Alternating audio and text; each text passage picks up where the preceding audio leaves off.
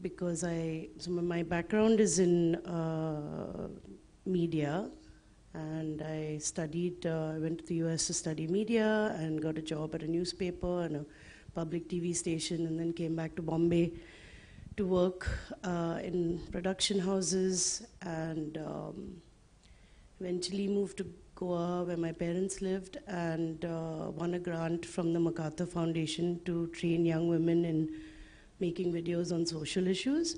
And because that was a foreign grant that was limited, when we ran out of money, that actually drove me towards business school, the Indian School of Business, and I learned entrepreneurship, and that really was changed my outlook. And I decided to start a business of my own as a way of being independent and not being dependent on foreign grants. And I followed my nose to start an agency because I had several friends who ran businesses who seemed to need help in that area, and so I could apply my communication skills and the new business knowledge to consulting. I'm going to now ask Ashwin or Ryan Prazeres to introduce himself and his business. Check.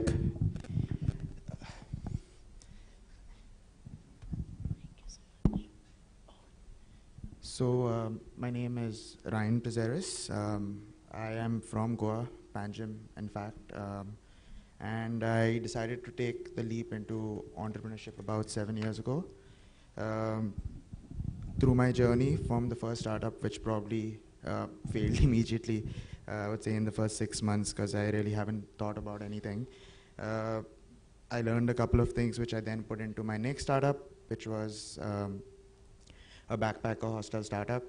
That was around 2017 end. Through 3 years, I grew that to 7 hostels, and it got acquired through the second pandemic. But before that acquisition, what I really jumped into was a leap into building tech for the hostels, and that's something that I started this journey with. That is presently OneBoard. OneBoard is only 6 months old, but back then it had no name. I met my co-founder. We started testing it in one of our hostels. The main idea was to bring experiences and build technology for hostels to show all the experiences that are in-house, and for them to get external or customers around the area for those experiences. And through that journey, we realized hostels didn't really care. So that's when my previous startup got acquired, and me and my co-founder sort of formed another company and started building it along the lines of travel, not really sure where, and experiences. And it's been about 8 months on our journey, and we now have a much clearer focus. We are now focused on building tech for experience providers to manage their business. That would be the B2B side of things, while also building channels of distribution through networks, communities, and a marketplace. Yeah, so that's what OneBoard is about. Thank you. And Ashwin Barreto of That Lifestyle Coach. Hey guys, good morning. I'm Ashwin Barreto. Born, brought up in Goa. I was actually a geologist a few years back, and then I decided to change careers in 2014. Actually, I'd gone to Xavier's in Bombay, been there for 4 months, and I decided to come back to Goa. And fitness was always the second option for me, because fitness got me from being 47 kgs to 70 kgs, and it instilled confidence and this change of personality for the better, that I thought it's better, I need to do this for others also. And that's when I decided to shift to fitness full time, and I became a coach. I worked at one of the well-renowned gyms in Goa for a matter of almost 2 years. And then I resigned in December 2019. And Jan 2020, then I actually started That Lifestyle Coach. I mean, I was running it as an Instagram page before that, but nothing official I would say, as a business. So in Jan 2020, I started it, and a few months later, the pandemic hit, as you all know. So things changed from being physical, from being a personal trainer physically, we became virtual mentors. And I think the pandemic for me was a blessing because it made me realize that there's a world beyond the gym that you can tap into and grow your business. And that's when I started growing my Instagram, doing like live campaigns for my followers. And ever since then, it's been an uphill journey from being one coach in Jan 2020. We entered Jan 2022 with 9 coaches. So right now we service not just Goa, we service places like Bombay, Bangalore, many cities of India, and also international, mainly London and America. So what TLC is we are a lifestyle management company. We are not just personal trainers.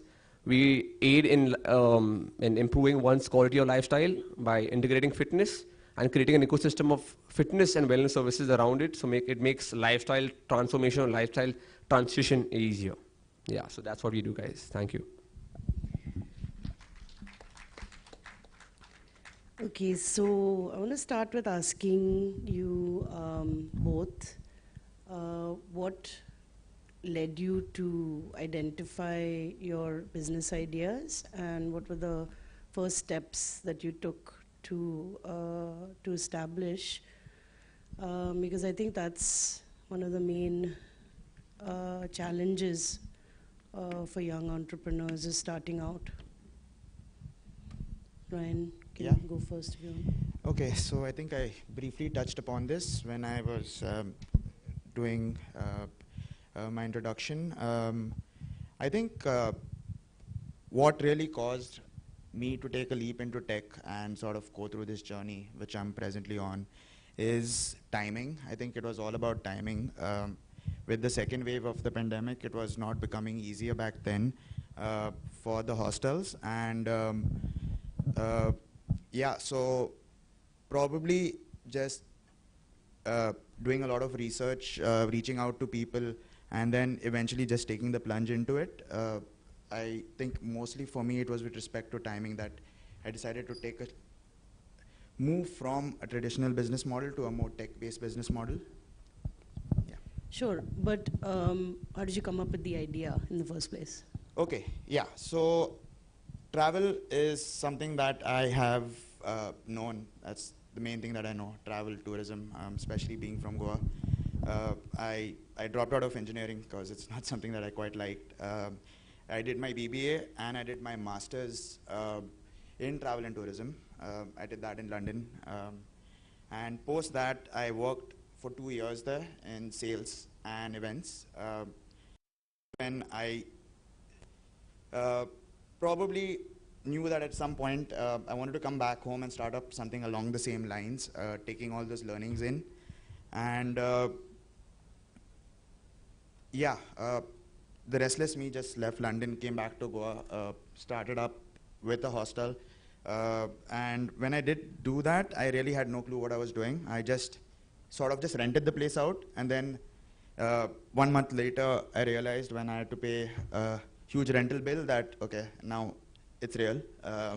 Start hiring and figure this out in a better, more organized manner. So that's when I sort of hired people, figured it out. I was there through the initial steps. And the biggest challenge then was getting from 1 to 2 hostels after establishing the brand. I think it got a lot easier going from 3 to 7, but the first 2 were something that really took a toll. Then came a point where I felt like I needed to do more with the hostels. That's where I wanted to do something along the experiences, which was more scalable. And timing was such that I said, okay, take the plunge and figure it out. So that's really what I did back then. And yeah, I'm on a... So to clarify, you're a services-based business. Yes. You Yes. facilitate bookings at hostels and then affiliated events, experiences around that. Correct. So presently, OneBoard is about building B2B tools for experience providers. That can be from yachts to kayaking, trekking, walking tours, cycling tours, anything in that experience field. Leisure customers are primarily what we service. we tie up with hotels and sort of build a network where customers that check in into any of our partner properties will probably see our branding, which they can scan it and book these experiences.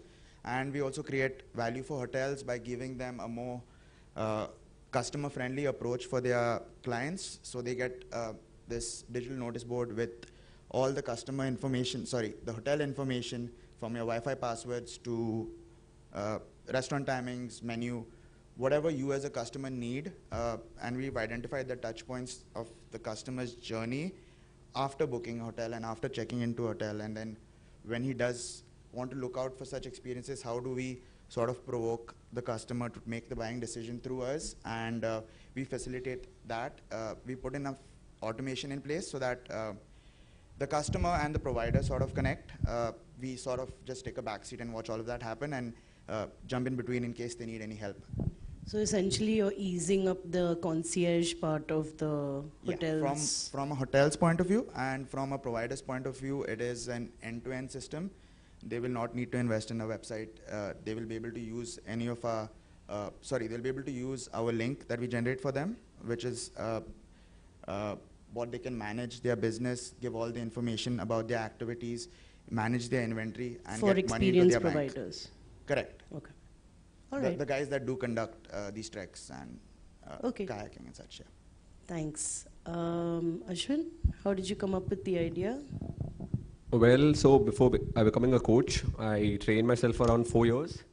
And when I became a coach, the first thing I did was getting a certification, because for me, it's like education is very important. Before you do anything, and it's a sensitive topic here, you're playing with somebody's health. So I got my certification done. And the moment I joined work, I realized, it's not just the gym, it's the entire environment of the social media and people around me that made me realize there's a lack of science and system behind the entire curation of the program. There's a difference between training and coaching. Everybody can become a trainer, but coaching is a different science. Coaching is creating that behavioral change that basically is lifelong. So it's like training is basically like constructing a building without checking the foundation, whereas coaching is correcting the foundation and then constructing. So when you reach the top floor, the building will not collapse. It's still stable because the foundation is strong. So that's what we do at TLC. We focus on 3 S's, that is safety, sustainability, and systematic, and scientific, I would say. So scientific, safety, and sustainability. So basically, because we are trying to create lifelong changes. So it's not just like, okay, I have a wedding next month, I need to lose weight for the wedding. We don't take up people of that sort. Okay, if they are a friend or something of that sort, it's a different matter, but we work with people who like to create lifelong changes, lifestyle transformations. Because if you can't change behavior, there's no point of getting a person to lose weight. The next day they'll go to the bar, probably have a drink or two, go to the sweet shop and binge on it. So the lack of these 3 S's in a system around us made me realize there's a need to create something that will serve this need and also be able to be scaled all across India. And since fitness was picking up, it's not yet picked up in Goa, but since fitness is the future because it's all about health and living a healthy lifestyle, I realized that TLC need to be created. Okay, sure. What opportunities do you feel that Goa offers young entrepreneurs? So as of late, I've been in a journey for the last year or so. TLC was actually founded in Jan 2020, but it's been only around 8 months that I've been incubated by Build3. But prior to that, I think so, I was not really aware of my surroundings because this is my first startup. And when I got to know about Build3, which is basically around almost a year back, we got on board with Build3 somewhere in October, and it's been a great journey since then. But prior to that, I really didn't know of resources available. But now I know that there are various workshops happening. In terms of infrastructure, there are a lot of co-working spaces that you can work out from, you can network, because that was there earlier, it's just that I didn't know about the importance of that. So in terms of young entrepreneurs and opportunities available to them, there are organizations like Build3, and I guess a few are upcoming always. There are co-working spaces where you can definitely network. There's a platform called LinkedIn where, I got introduced to it too little late, but you can network really well. So it's not that social media is bad. You just need to know how to tap into it. Yeah, I think that's a good point. And for those who don't know, Build3, it's an incubator based in Kandoli, and they help with creating a team as well as funding for business ideas and entrepreneurs that they select through a selection process, right? Yeah, All so I've been incubated by Build3 Startup Studio as well, and yeah, they're based in Kandulam. They help us put together from investing through the initial phases of our journey, where most entrepreneurs are really lost. They really help and give guidance that is needed. So this startup ecosystem that's been brewing in Goa is a support system for entrepreneurs, but my question is more aimed at the market. So, and what opportunities does the market present? And maybe you can speak to this, Ryan, because clearly One Board, being in travel and tourism obviously fits well in. Yeah, so like I said, the main thing is timing. And the same thing goes with the state of Goa as well. Currently, what is happening was not happening a few years ago. Events like these, they sort of act as a launchpad. A lot of young entrepreneurs can reach out to startup studios such as Build3 and other organizations that are doing similar work. So I feel that there's no better time than right now. Especially since Goa is opening up as a market for startups. So yeah, the support system's there. For young entrepreneurs, it's just about getting started. Many years ago, it was a lot harder. It's a lot easier. A lot of people to reach out to, and yeah. Yeah, I mean, I'd like to add from my perspective that certainly over the last few months has seemed that the economy is stabilizing and a lot more business is in the process of starting up. I've seen that, and also in terms of the market, because I think some people, have the perspective that everything's been done, what's left to do, or where are the opportunities? Correct, but yeah. there's actually so many businesses that can be created that can fill gaps. Correct. And I think So from your own experiences, through your life experience, identifying something that you've come across as a problem that can be solved, is what led you to. Yeah, so I'd like to add to that. Being from Goa has been a huge advantage because also knowing about the market, communities are smaller. So when we did initially start off, it was a lot easier because I could tap into a previous network of people. So I think that's an advantage Goans might have. Initially understanding the market and the people and the providers and the vendors and the way things work.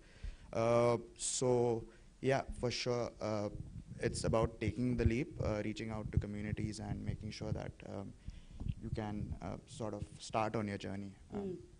And I think another point that has to be made is, the affluence and the per capita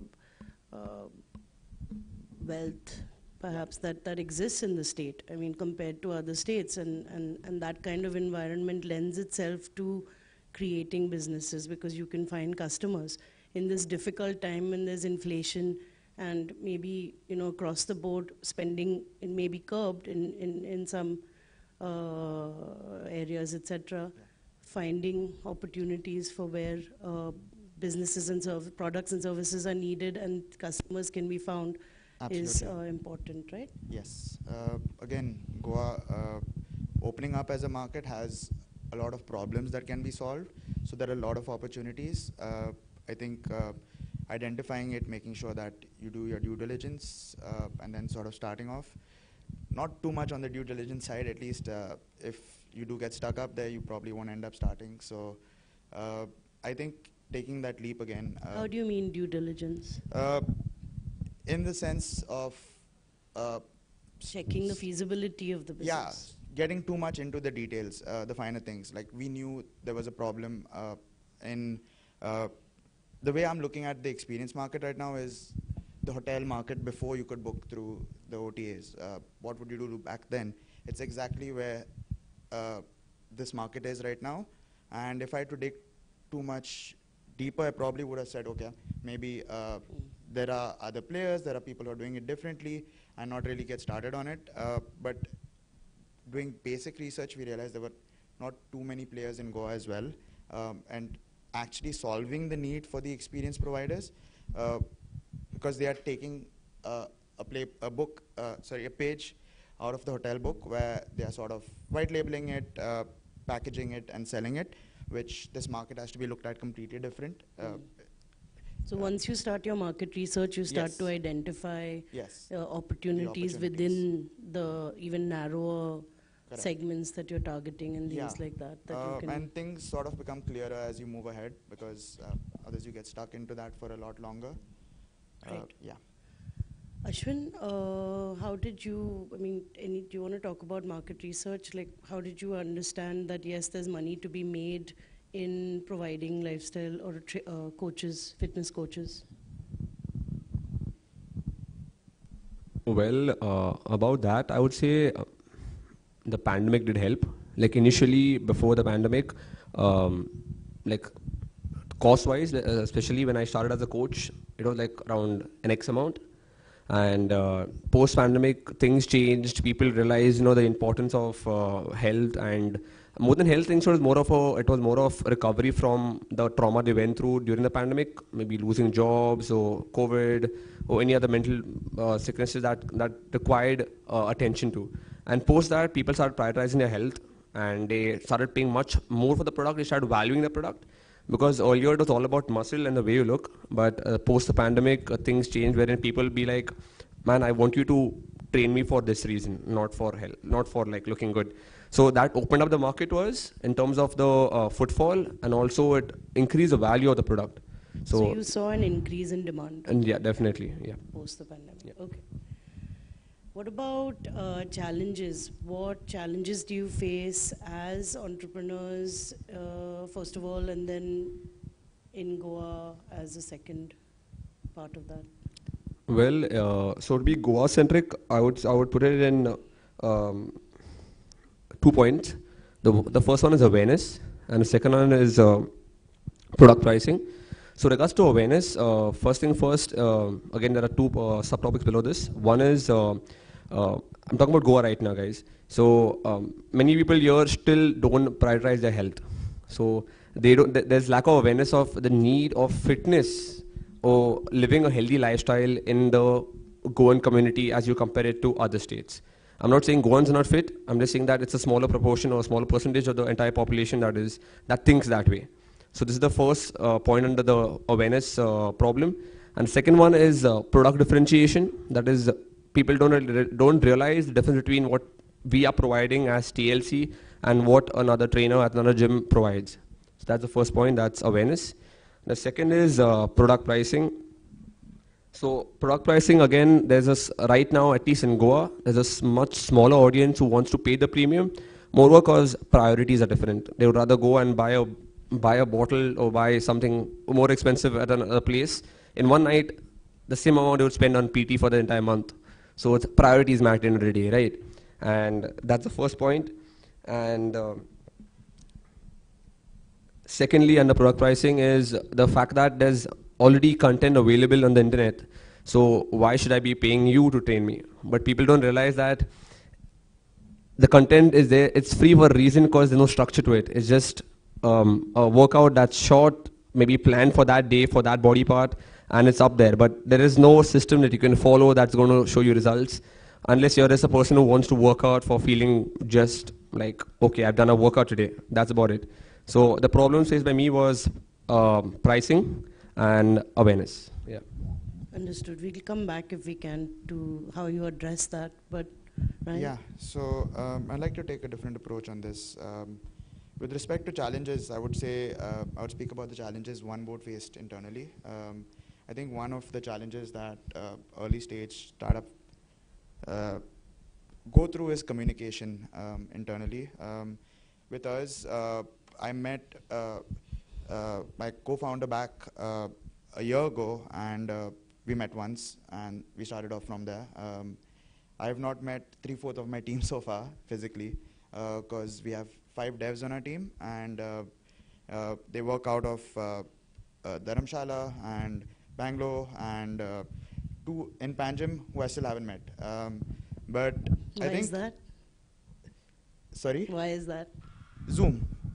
Okay. Zoom works great. You prefer, everyone Yeah. prefers Zoom. Also, the 2 guys in Panjim have just come on board about 2 months ago. But still been 2 months. I think maybe I was trying to. One of the reasons we would end up meeting would be to get to know ourselves outside of work. Right. But the communication challenge internally was initially a challenge. That's why Build3 has brought a lot of structure as well. So we have our weekly or bi-weekly meetings now. We sort of have built this scorecard where every week we can go back and sort of see where we were and what went wrong, what we can do better, goal setting for 90 days as well. That being said, yeah, the communication daily, making sure that everybody's active on Slack, speaking daily to each other, that's one challenge we faced. Hiring, I think, could be a challenge depending on how you look at it. We've gone up and down there, and I think looking back, as early as we are right now, till you reach sort of a product market fit stage where you know that, okay, things are moving the way it should be, taking on as much of that role and responsibility as the founders makes a lot of sense. Till you get clarity on it to hire. Bootstrapping. Yeah, so we have been pre-seed funded by Build3, not really bootstrapping as such, but till the product being at least some level of maturity where we say, okay, now we can get someone to make sure that you know, it's moving forward. You can't go on a hiring spree until. Yeah. Also, we have to be 100% sure before we get someone else on board, because then we can go back and forth. But I feel like there could be some challenges back then, at least in the direction the product will move. So yeah, those are the 2 main challenges that we faced. Yeah. So how much time do we have left? Okay. So just quickly, we can talk about how some of the ways that you're looking at addressing these challenges, and what help and support you feel the wider ecosystem lacks still in Goa. I think help and support. I think with respect to youth, people jumping into entrepreneurship today, there's plenty of resources. It's all available online. I'm sure events like this is something where they can participate in. There's Goa has a startup ecosystem for backed by the government as well, where they do have resources again, or at least they have a database you can reach out to, which is published on their website. So I think just focusing on the basic infrastructure, I think where we would sort of struggle is with mobile data and Wi-Fi going down. Rest, everything else is okay. It's easily available. You can start off. It's not an issue. Yeah, Rajat, go ahead. So maybe quickly, what I was thinking was, like, since we're talking about your business, if you guys want to know what Ryan is doing, their website is called oneboard.xyz. So if you guys are wondering what it looks like, that's where you can go. And your website is called? Thatlifestylecoach.com. So you don't need to imagine. You can just like open what they're doing.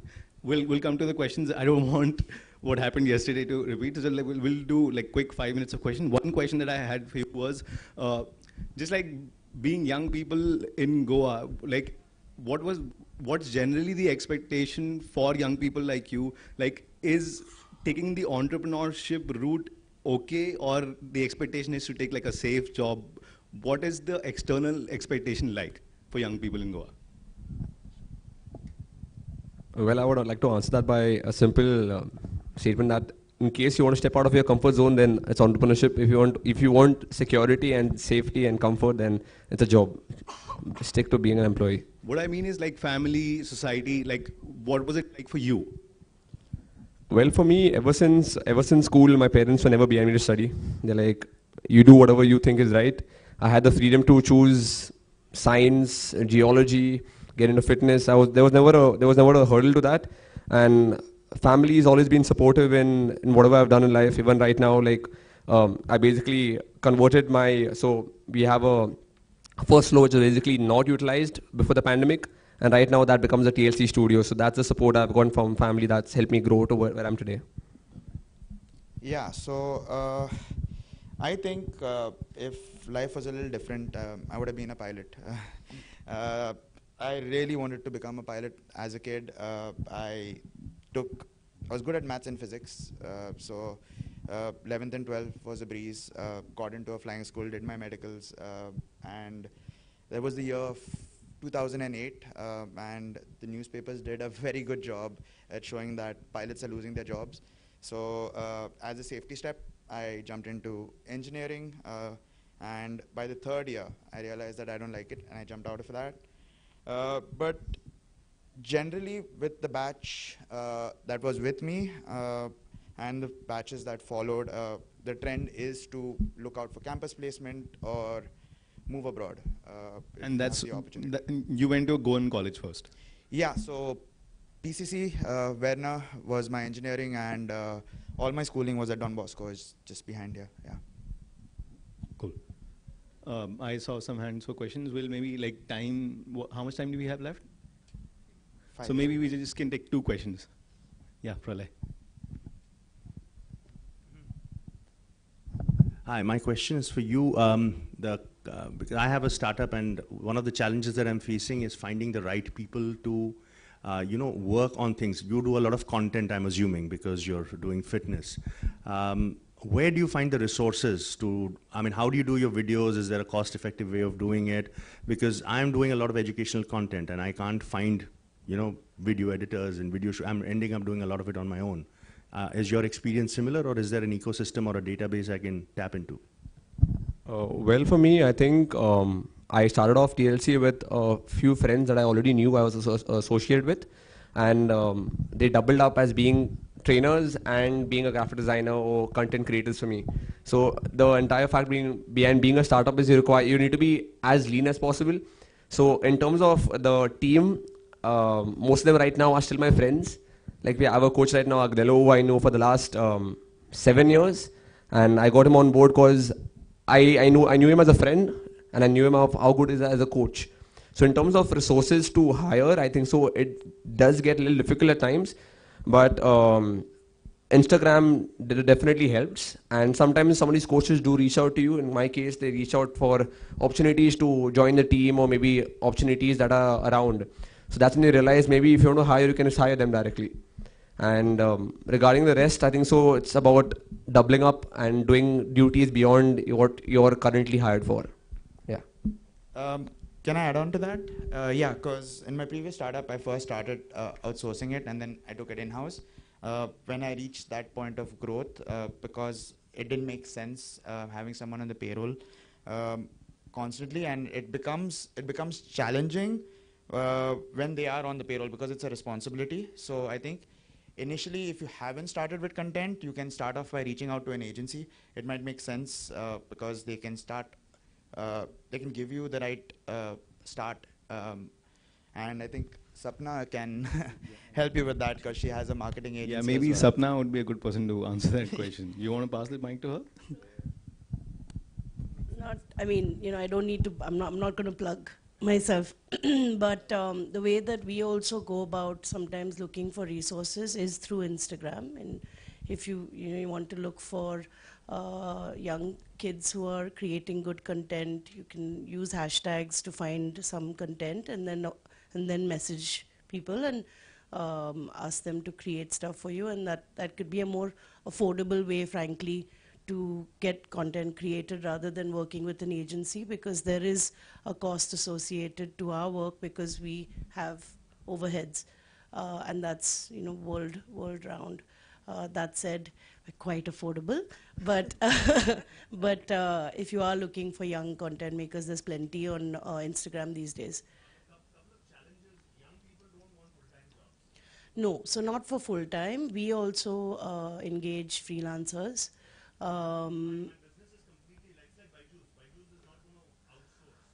So that it is challenging to find content creators on a full-time basis, and I would discourage it, in fact.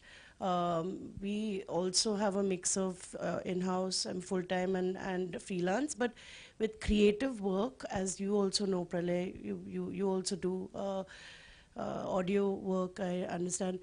It's better, I find, to engage multiple people and allow them to work at their pace and their comfort level and the amount and such, rather than full-time and with a vast amount of work. It's different for different people, but I would start out with freelancers, and then if someone wants, is comfortable working, etc., then bump up to a full-time, because I've had both. But I find freelance in some for more creative works like photography, videography, we still work with freelancers, and I've had full-time folks in the past. And with editing, for example, we use freelance also. So, yeah. My question would be for, now we know that communities is a strong place to get work.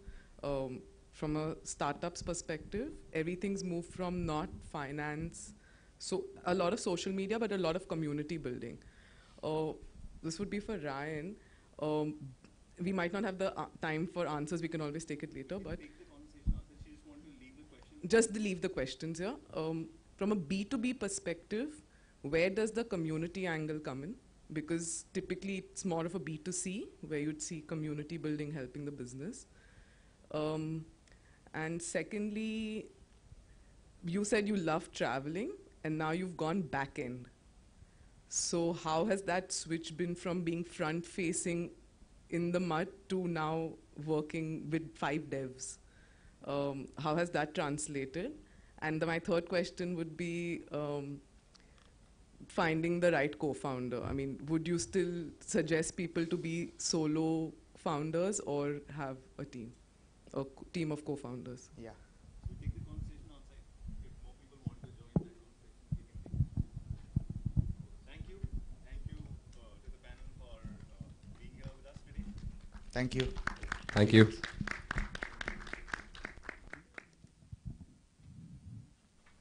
Thank you very much for that. Thank you, Build3, for continuing this excellent set of engagement.